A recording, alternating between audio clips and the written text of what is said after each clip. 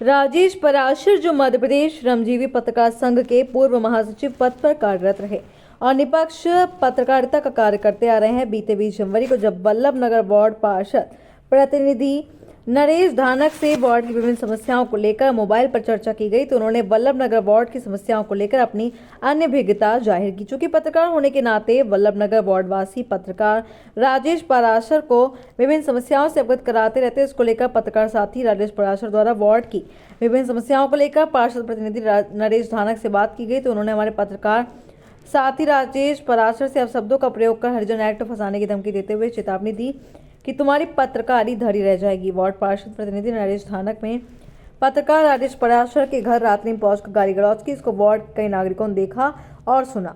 राजेश पराशर द्वारा पार्षद प्रतिनिधि से जान का खतरा है, ये कोई घटना घटित कर सकते हैं।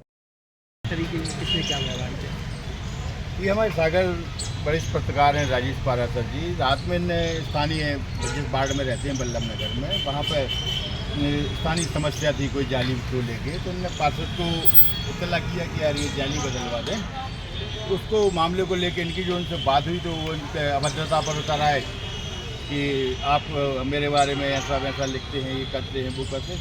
पत्रकार खबर छापता है, कोई भी स्थानीय समस्या है कहीं की भी है, उसको लेकर इनके साथ उन्होंने गाली गलौज की, अभद्रता की।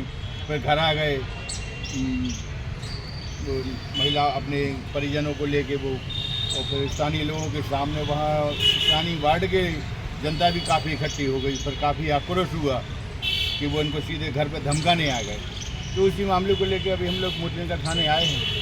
थाना प्रभारी जी को अभी आवेदन किया है उसका समुचित कार्रवाई के लिए। क्या मांग रखी है आपने? पत्रकार कोई अपनी पर्सनल लड़ाई नहीं लड़ता कभी किसी से, चाहे जनप्रतिनिधि हो चाहे अधिकारी हो, बशर्ते स्थानीय समस्या है और इनके वार्ड की खुद की समस्या है तो एक फर्ज बनता है कि हम फ़ोन पे भी बोल दें कि यार भाई ऐसा देख लो। लेकिन उसमें वो उत्तेजित हो गए और इनके साथ गाली गलौज भी की और धमकी दी और फिर घर पर भी आ गए, घर पर भी धमकाने आ गए। उसी मामले को लेकर भी थाना प्रभारी मोतीनगर से हम लोगों ने मुलाकात की पत्रकार मित्रों ने और उस पर समुचित कार्रवाई के लिए मांग की। अगर कार्रवाई नहीं होती है ऐसे लोगों के तो क्या कदम उठाएंगे आप लोग? नहीं, कार्रवाई होगी। प्रशासन अपने नहीं वही तो आप क्या करेंगे?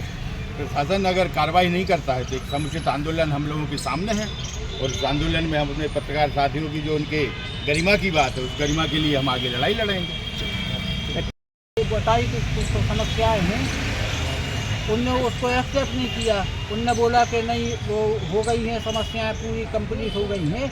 हमने कहा दूसरे वार्ड के पार्षद समस्याओं का हल करवा रहे हैं, आप वार्ड में भ्रमण नहीं करते हैं। कम से कम वार्ड में आए, जनता आपको पहचानती नहीं है। वार्ड के जो निवासी हैं उन्हें आज तक देखा नहीं है। उसके बाद उनने हमें गाली गलौज की। वार्ड में आए, हमारे घर पे आए, उनने हमें गाली गलौज की और उनने ये बोला जो कुछ करना है आप कर लो, हम किसी की नहीं सुनेंगे।